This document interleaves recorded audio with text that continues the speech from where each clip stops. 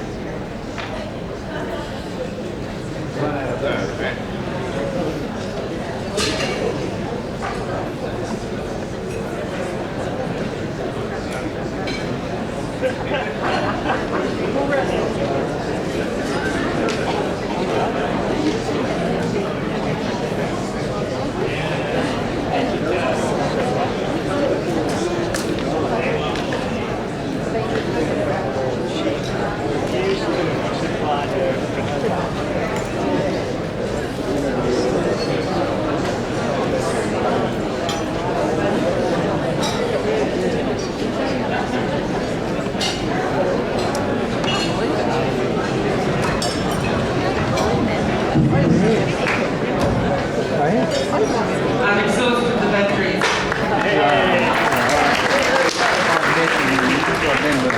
I have only one topic left that I wish to mention, and that is the perennial subject of free speech and censorship.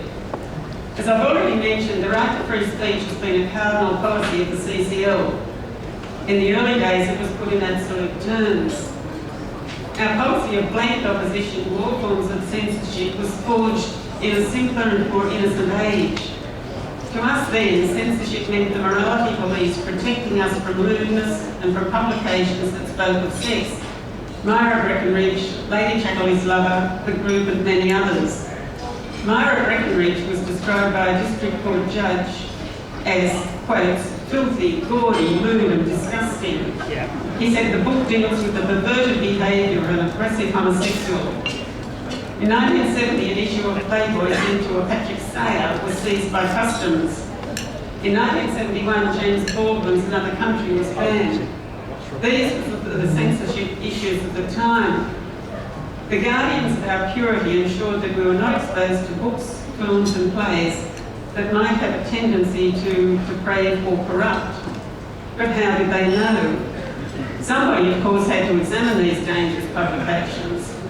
The wonderful and sadly recently departed Mary McNish was fond of asking the ministers and others who made these judgment calls, and who in selfless disregard of their own purity read the books, "Minister, you've read this book. Don't you feel just a tiny bit depraved or corrupted?" We had not then thought of child pornography. We had no notion that communications would go global. We did not dream of cyberbullying. Two recent controversies arise in the context of freedom of speech. We must recognise that freedom of speech cannot be absolute. Does freedom of speech really mean the right to broadcast damaging, whether true or not, reports about other people, the business of nobody but themselves? Does the right to privacy of one person not counterbalance the right of another to express himself or herself unimpeded? I might interpolate here that I had intended to say that I hope that the bread rolls have all been eaten or taken away, because some of what I'm about to say will not meet with universal approval. I have vivid memories of the vigour with which CCL members can express their opposition to the view of their guest after dinner speaker. But it would not be a CCL dinner without controversy, and in any event, this has been a Chinese repast and there are no bread rolls. What do we really mean by freedom of speech? Surely it is the right to express opinions, our own opinions, without fear of the heavy hand of the state bearing down upon us. The two recent controversies of which I speak are WikiLeaks and the Bill Henson case. I'll start with WikiLeaks. Let me make it plain. For the purpose of these observations, I make no comment on the rights or wrongs of the exposure of overseas or Australian government policy and action. But let us not mistake WikiLeaks' publication of private emails as freedom of expression or the right of one person to freedom of speech. Whose rights are here at issue? The right of the authors of the emails to communicate freely and frankly in a manner they believe is confidential. In fact, may I suggest, it is the very antithesis of freedom of speech. Consider the freedom of speech of the various bureaucrats and public servants whose private emails have been prioritised. What freedom of speech can they rely upon in the future? The point I'm making is simply this. It would be wrong to confuse the exposure of possibly inappropriate government conduct with freedom of speech. Let us see that and deal with it for what it is, whistleblowing. Let us judge it accordingly. The mere fact that it involves the publication of words, other people's words, does not make it a freedom of speech issue. The second controversy of which I speak is the Bill Henson case. I've not seen the photographs that caused the controversy, and I make no comment upon them. I have seen other works of Mr. Henson, and there is, in my opinion, no doubt that he is a superlative photographer. Much of the commentary that emerged from the confiscation of the photographs was uninformed and even ignorant, particularly a comment by somebody who had not seen the photographs that they were revolting. What I question is the basis on which the works were defended. They were works of art and therefore exempt from any form of control, the dreaded word censorship. Is it enough to justify any publication that it is a work of art? Should not one question be, what had to be done to bring into existence this work of art?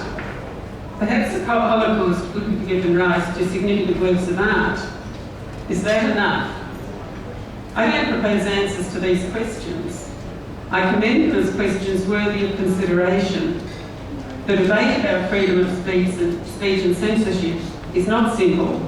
It is enormously complex. It involves the interconnection of many considerations. Finally, I cannot close without paying tribute to some of the great characters of the early CCL. There was Bob Simpson, later a judge at the industrial and federal courts, gruff, difficult, often, if not always, abrasive, but always available to represent the oppressed, the poor and the indigent, and blunt enough to pull us up when we became too airy-fairy. There was Trevor Martin, later a district court judge. Trevor was deeply intellectual and philosophical, always questioning the rationale of issues. In personality, perhaps the antithesis of Bob Simpson, Trevor was gentle and thoughtful. He helped us maintain intellectual rigour. There was Jim Staples, later a judge of the Commonwealth Industrial and Arbitration Commission, always a renegade, always taking a different angle to the norm. Jim was one who courageously helped us to publish the Bathurst Bashings pamphlet. In his speech accepting judicial office, Jim borrowed from Prospero's speech from The Tempest and promised to give up his political activism. It is possibly the only time that Jim could not be taken at his word. Mary McNish I've already mentioned. She was outrageous at times, no respecter of high office for the sake of high office, and able to cut through cant and hypocrisy. Mary not only debated the issues, she worked in a practical way, often taking on the catering of the endless social and fundraising functions, and this she did superlatively well. And of course the Buckleys, without whom this organisation might never have existed, and without whose persistent and determined involvement it might not have endured. Ken and Berry were there at the beginning. They disappeared from time to time to take sabbaticals overseas, but always returned like a moth to a flame. It was as though they could not stay away. How many times did they resign? I don't know. They were the life force of the CCL. Even after their deaths, they permeate the organisation. CCL stands as an enduring legacy to their work. I had proposed to suggest that we drink a toast to their memory. I know we've already drunk a toast to the founders in general of the CCL, but may I suggest that you rise to drink a toast to the Buckleys.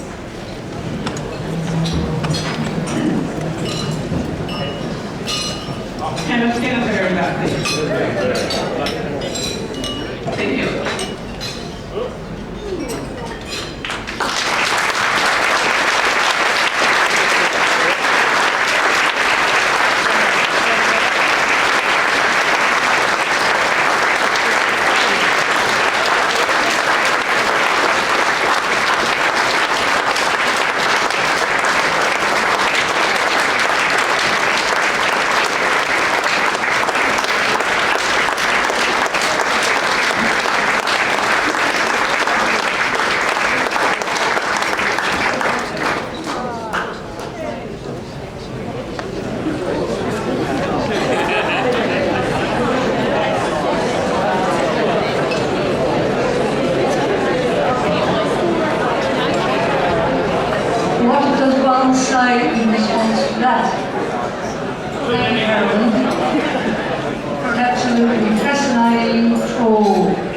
CCL's history.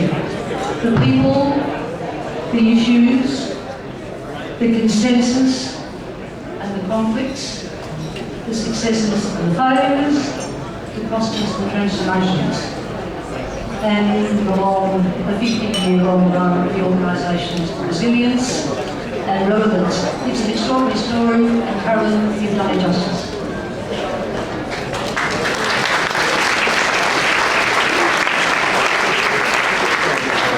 There's a huge amount in the speech, and I'd love to go through it bit by bit and pick up the bits that remain relevant and the bits that are transformed, but we shall skip all of that. She touches on some themes which are deep themes, sitting in the history of civil liberties, the intensity and the never-ending debate about what is a civil liberties issue and what isn't. Not surprising, but is thankfully, I think, much less resilient these days. We're much more concerned about how do we manage with the issues before us.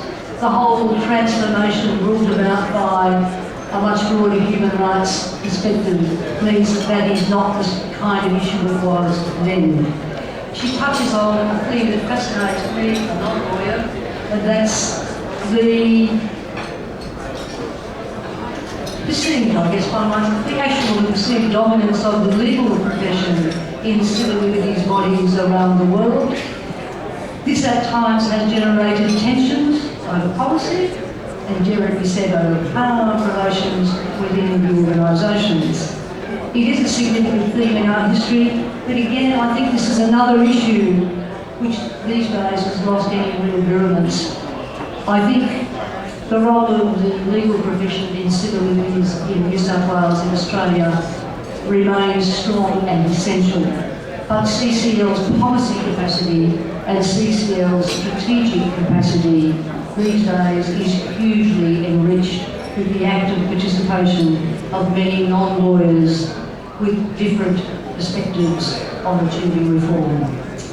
Now, Carol, you threw out a little bit of a challenge and I must respond. You went with some observations about some pretty key current issues. And you are, of course, right when you say not everyone in this room, and probably not everyone in civil liberties, will agree with your views on WikiLeaks. You also reference your vivid memories of the vigour with which CLL members can express their opposition on the views of the guest after dinner speaker. And you say in your speech it would not be a CCL dinner without controversy.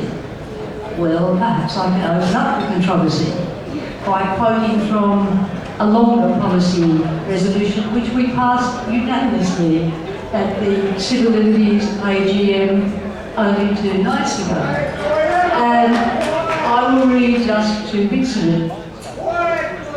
New South Wales CCL recognises Edward Snowden, Chelsea previously Bradley Manning and Julian Assange as courageous global champions of democracy who have made, at great personal cost, extraordinary contributions to civil society by challenging the excessive secrecy of the state and revealing to the citizens of the world vast quantities of hidden information about the activities of the state that should always have been in the public domain in any democratic state.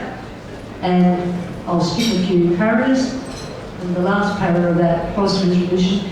New South Wales CCL urges the Australian Government to distance itself from these, and here we're speaking of the US attacks on whistleblowers at the moment, these extreme attacks on whistleblowers, and commit to greater government transparency and openness and fair and proportionate protection of whistleblowers.